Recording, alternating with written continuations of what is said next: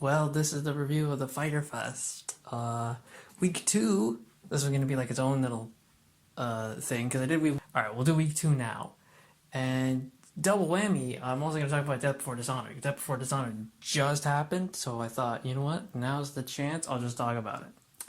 So that's what this episode's about. This episode also is about a bunch of freaking news that there is to talk about, and there is a lot of news to talk about, so we're going to talk about all that today. So, we'll do the review of Fyter Fest and Death Before Dishonor first, then I'll get to the news. I know I normally do the news first, but we're gonna go out of order for this one. So, Dynamite, boom, boom, Fyter Fest. Night 3, we had Brody King versus Darby Allin. This match was pretty much Brody King just tossing Darby Allin around like a freaking rag doll. He was throwing this man around the freaking, the arena, dude. He was just picking him up with one arm. He killed him with a gonzo bomb. Oh my god, that gonzo bomb was insane. But in the end, Brody King actually won the match. I thought Darby was gonna, hit a coffin drop him out of nowhere, or do the Last Supper and win, but no, Brody beat him, which I'm completely fine with. We had a stare down after the match with Sting and Malachi Black, and then Brody King attacked Sting. And then Malachi misted Sting. Are we going to get more evil Sting? Can we get more evil Sting? Joker Sting? Is Joker Sting going to make a comeback? Then we had the Blackpool Combat Club of John Moxley and Wheeler Yuta. Facing Best Friends. Of course, Wheeler Yuta was mentored by the Best Friends when Trent was gone. He's kind of Trent's replacement. And there was some dissension when Trent came back. So this was kind of cool, calling back to that. Real good match. The story stuff kind of picked up and it was just Trent and Wheeler Yuta fighting each other. And in the end, Blackpool Combat Club wins, as we expect.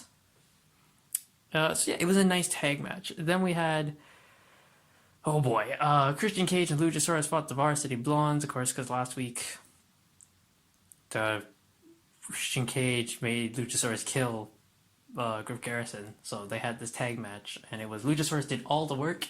He killed both Brian Pillman Jr. and Griff Garrison, and then Christian just came in for the pin. I'm like, that's perfect. Jungle Boy came back after. I was like, oh my god, he's back.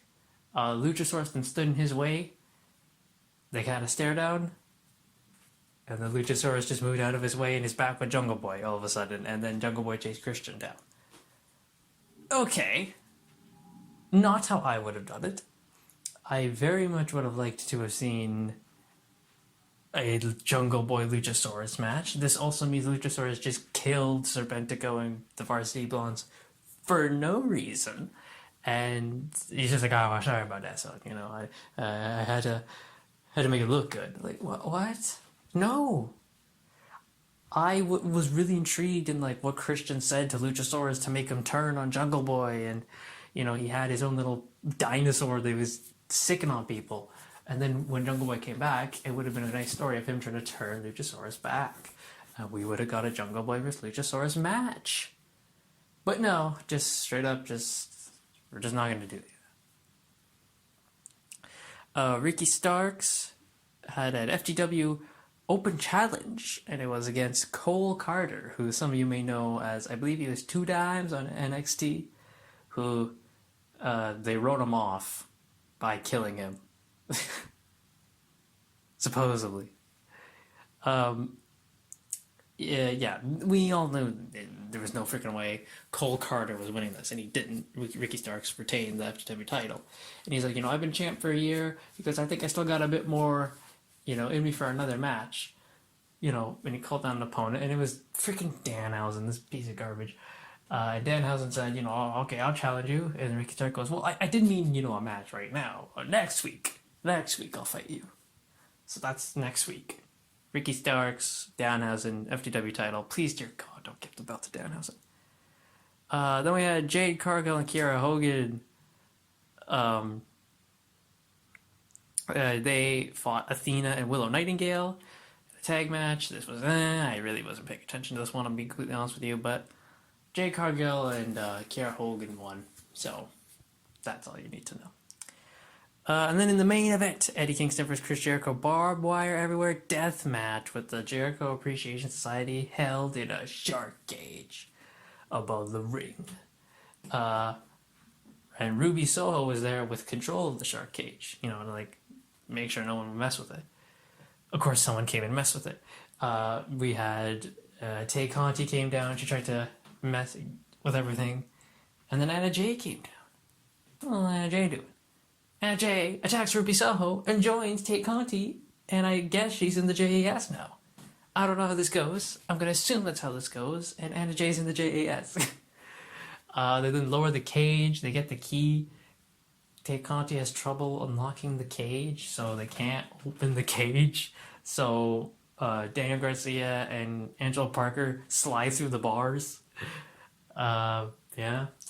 Eventually, Blackpool Combat Club and Ortiz come down to the ring to even the odds. Sammy Guevara returns from being killed at Blood and Guts, and he helps Chris Jericho beat Eddie Kingston in the barbed wire everywhere match.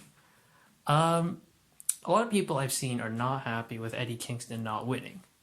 And while I can see very much why, yes, it would have made a lot more sense if Eddie just won, I'm not complaining because I'll choose Chris Jericho over Eddie Kingston every goddamn day of the week.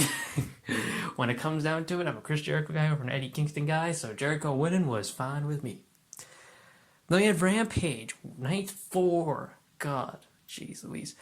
We had Hangman Page and John Silver face Butcher and Blade. This was a nice, this was a nice tag match to start the show. I was pleasantly surprised by how good this match was, and I was also pleasantly surprised that Tony Khan actually booked the card in the right order for once. But yeah, Hangman, John Silver, they win. Good for them. Lee Moriarty fought Dante Martin, and Lee Moriarty cheated to win. Oh my god. Wow, Lee Moriarty, he's a bad guy now. Wow. And Matt Sydal goes, I didn't teach you to go like this, and I'm going to show you on Rampage next week. So we're doing that, I guess. Britt Baker and Jamie Hayter fought Sky Blue and Ashley Dambozi, or whatever the hell her name is. Doesn't matter, because you know who's going to win. It's a squash. And then in the main event, Jay Lethal faced Christopher Daniels. This was a nice match, but of course we all knew the outcome. Jay Lethal, he hit the lethal injection, beat Christopher Daniels. Then after the match, put Christopher Daniels in the Coquina Clutch, sending a message to Samoa Joe for, of course, death before dishonor. Which is where we're going to go now. My closing thoughts on Fyter Fest. Nice. AEW doing the kind of mini pay-per-views on weekly TV. I'll always say yes to that. So yeah, good. Fyter Fest 2022, all 4 nights. Jeez Louise. Now that's a bit too much now. It gets a thumbs up from me. We'll talk about Death Before Dishonor now. I just watched it. It just ended. We had the pre-show, which they call the 0 hour. Yeah, as I'm doing this, the media scrub's going on. So I'll watch that in the morning, because I ain't watching that now. So Colt Cabana fought Anthony Henry to start the pre-show. Nice to see Colt Cabana here. Fully ROH guy now. Real happy about that. These two had a real good match. Anthony Henry, really underrated. Like, this dude's really good. And of course, in the end, Colt Cabana, he hit the Billy Goat's curse. And he won the match. So, nice to see Colt Cabana here. We then had, the Shinobi Shadow Squad, I guess that's their name, I'm not sure, of Cheeseburger, love Cheeseburger, and Eli Isom facing the Trustbusters, Arya Davari and Slim J. What a freaking name, huh? But in the end, the Trustbusters won. This match wasn't anything special, really. This was the pre-show match you didn't have to watch. We then had, we had a promo with, Prince Nana showed up. You heard me right.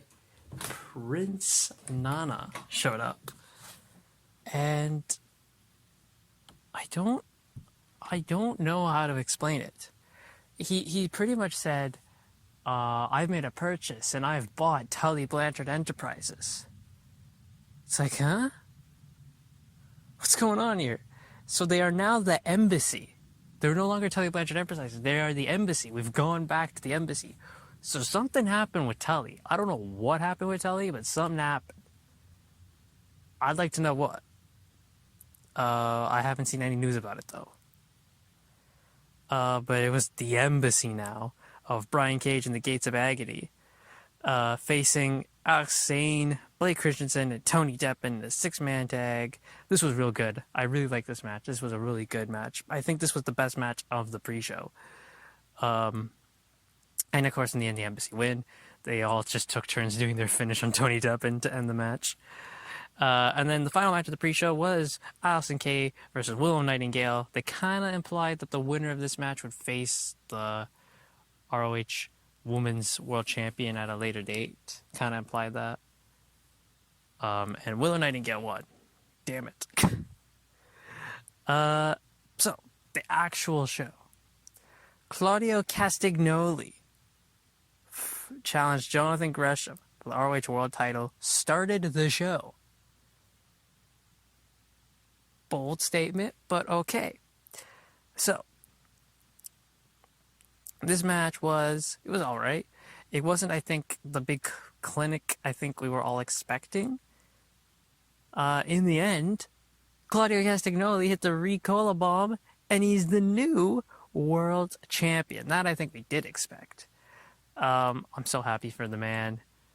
You could see William Regal, he was just smiling like a proud dad the whole freaking time. So happy for Claudio, dude. Just remember, this is the guy that Vince McMahon said he just doesn't connect with the crowd. Well, the crowd, he sure felt connected to the crowd tonight. Old decrepit man. Then we had the Righteous defend the ROH 6-man tag team titles against Dalton Castle and the Boys. This match, I think, was the one match on the actual main card I wasn't really looking forward to. And it wasn't a bad match, but it's the match I think that's the most skippable out of all on the card. But of course, in the end, Dalton Castle and the Boys win the ROH 6-man tag titles. Not a huge surprise, given that Dalton's probably already signed with ROH, and that Vincent, I know for sure Vincent's been Impact, so this was just them coming to drop the belts. Then we had the Pure Championship match. Wheeler Yuta defending against Daniel Garcia. These two had a great match. Really good match. I loved it. We went like 10 minutes before the first rope break was used. It was really good. I urge you to go watch this. This shows that Wheeler Yuta and Daniel Garcia, man, can't wait to see what these guys are going to do in the future. But of course, Wheeler Yuta retained with the seatbelt, his classic finish. Then we had Battle of the Brothers, Roosh vs. Dragon Lee. This was fan-freaking-tastic. I loved this match. Dragon Lee did like a suicide dive, and he broke the Spanish announce table, but he landed right on his head. It was like he headbutted the announce table. Then there was a crazy thing where Roosh just straight up tossed Dragon Lee off the apron. It just lands, the big thud. Roosh won by playing sympathy on his brother. He faked an injury and then just killed him with the running missile drop kick. Oh my god. Then we have Mercedes Martinez. She retained her women's world title against Serena Deeb. This was a really good match. They gave them time. So for those people who complain about women not getting enough time wrestling, they got time here. And this was really good. I really like this. There was a moment where I'm like, oh, Serena Deeb gonna win? Nah, Mercedes got this. Samoa Joe retained his TV title against Jay Lethal, which I think we all kind of expected. And hopefully we can get a new feud now for Samoa Joe for the TV title. Not that I didn't hate this feud, but I realized during the match, I'm like, wow, this has been going on since freaking April. And then the main event. What a freaking main event. 2 out of 3 falls for the ROH tag titles. FTR, the Briscoes. FTR wins 2-1. What a match, dude. Easily match of the night. Does it top their Super Card of Honor match? I don't know, because their Super Card of Honor match and this match are so different. Like, it's different that I can't tell you, like, is this better or not? But overall, I give Death for Dishonor a solid 9 out of 10. Like, I enjoyed myself this whole show. There was a time when WWE was like this, guys. There really was. Just remember that. There was a time when WWE was like this. And we're going to quickly go through the news. I don't want to waste too much time now. We're just going to quickly go through the news. My voice is also... I've had enough. So, of course, I did the reacting video about Vince retiring. So that's big news. Brock Lesnar, it came out after Brock Lesnar walked out of SmackDown and said, if he's gone, I'm gone. Brock eventually came back. So, Ric Flair's last match has been revealed. He'll be teaming up with Andrade to face Jeff Jarrett and Jay Lethal.